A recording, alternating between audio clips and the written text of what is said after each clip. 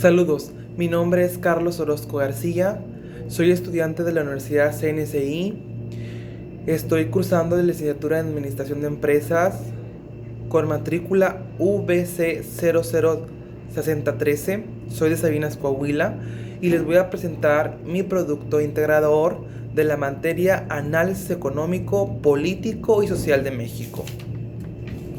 El siglo XX fue para México una época de grandes cambios. La Revolución Mexicana fue el primer gran acontecimiento social del siglo. La Constitución de 1917 fue la primera en el mundo en consagrar una gran cantidad de derechos laborales y sociales en sus textos, aunque casi siempre fueron letras muertas. El Partido Revolucionario Institucional estuvo en el poder casi 70 años de forma interrumpida, y su sistema presidencialista, ese que consagraba a un pequeño rey omnipotente cuya duración era de 6 años. México y su dictadura perfecta, como lo nombraron algunos.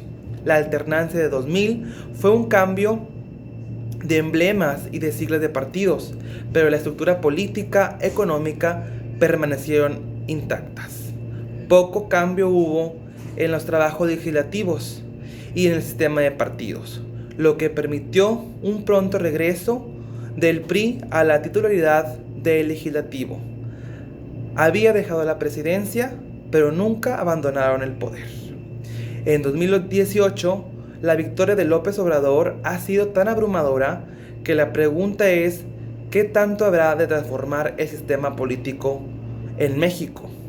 Nada en el horizonte cercano hace parecer que el futuro presidencialismo que caracteriza la política mexicana vaya a desaparecer o siquiera disminuir. El sistema político actual en México.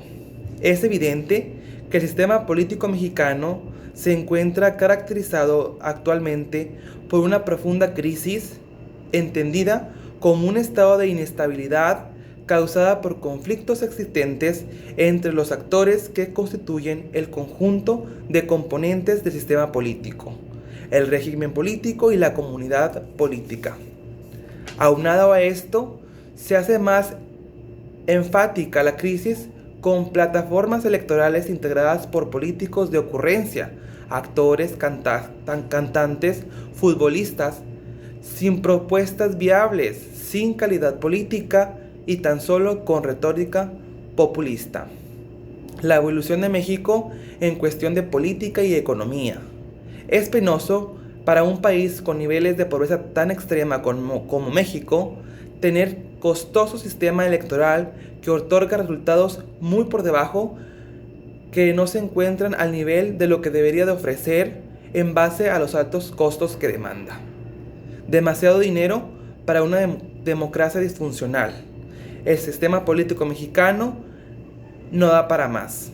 Es necesario rehacer la forma de cómo México hace política y paso refundar también la ética y la moral de nuestro sistema político. La importancia de la modernización y la economía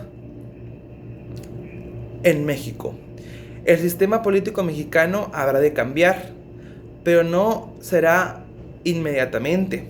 Los primeros saldos están en el sistema político, en los partidos, con la desaparición de varios y principalmente con el desmoronamiento del PRI, algo que no sucedió en la alternancia del 2000.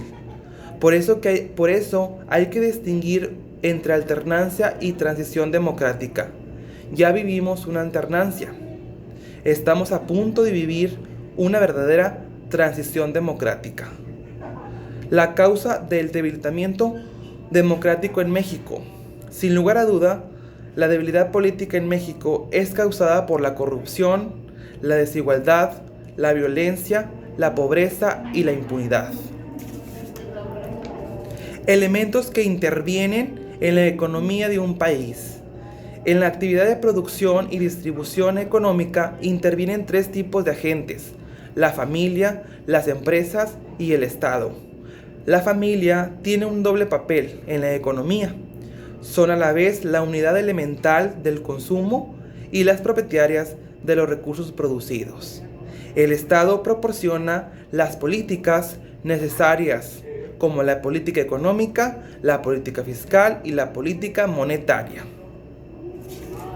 En conclusión, en México hay un mal gobierno y mala sociedad. Los buenos gobiernos se construyen en base con los buenos ciudadanos y solo los inconformes lo son. La insatisfacción lleva a la participación, el enojo a la contribución, el malestar con el status quo a la necesidad de cambiarlo. México enfrenta grandes desafíos estructurales. Habrá que seguir diseñando e implementando reformas a fondo. Habrá que seguir enfrentando a los poderes fácticos, seguir mejorando y fortaleciendo la calidad de la administración pública, redoblar esfuerzos para combatir la corrupción y promover el Estado de Derecho. Y la tarea es de todos los mexicanos hacerlo posible. Gracias.